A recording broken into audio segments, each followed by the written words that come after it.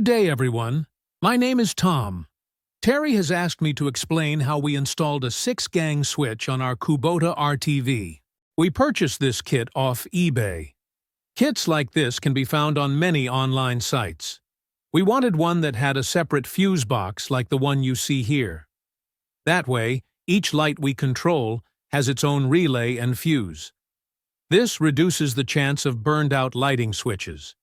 Now, there's a few things you'll want on hand before you try to install this unit. First, you'll want to be sure to have 12-volt electrical wire. I recommend a roll of red wire and black wire. We'll use the red wire for our positive connections and the black wire for our ground connections. Remember, the wire you use should be as large or larger as the wire going to the lighting you're trying to power. You'll also need wire cutters, wire strippers, and a crimping tool. If you're going to splice the wiring together with butt connectors, you'll need a selection of those. I do, however, recommend soldering the wires together and using heat shrink to seal the splices. This reduces connection and corrosion issues in the future. Hello from under hood. We mounted the box to the left front, just under the hood. You'll note there is a power supply wire, a ground wire, and the wires out to the lights I want to control. I ran this black ground wire to the hood latch mounting bolt, and this worked good for a ground location. Now, we needed to make a hot at all times wire for our main power to the box. I used a length of red wire from the battery positive terminal and routed that to the new box. Be sure to fuse this circuit with an inline fuse, just in case something shorts in your new box.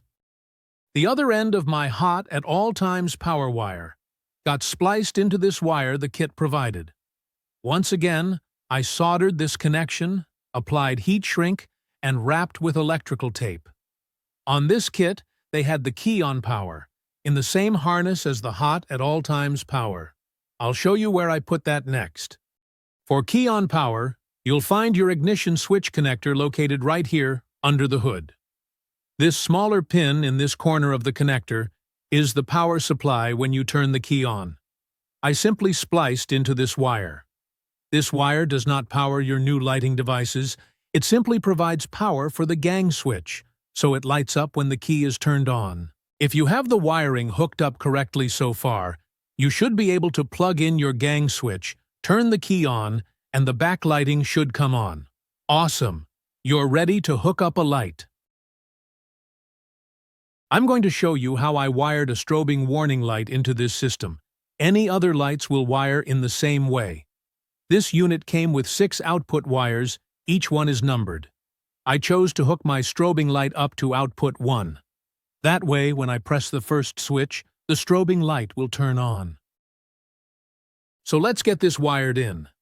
Remember, we need a power wire and a ground wire. The new system will only send out power.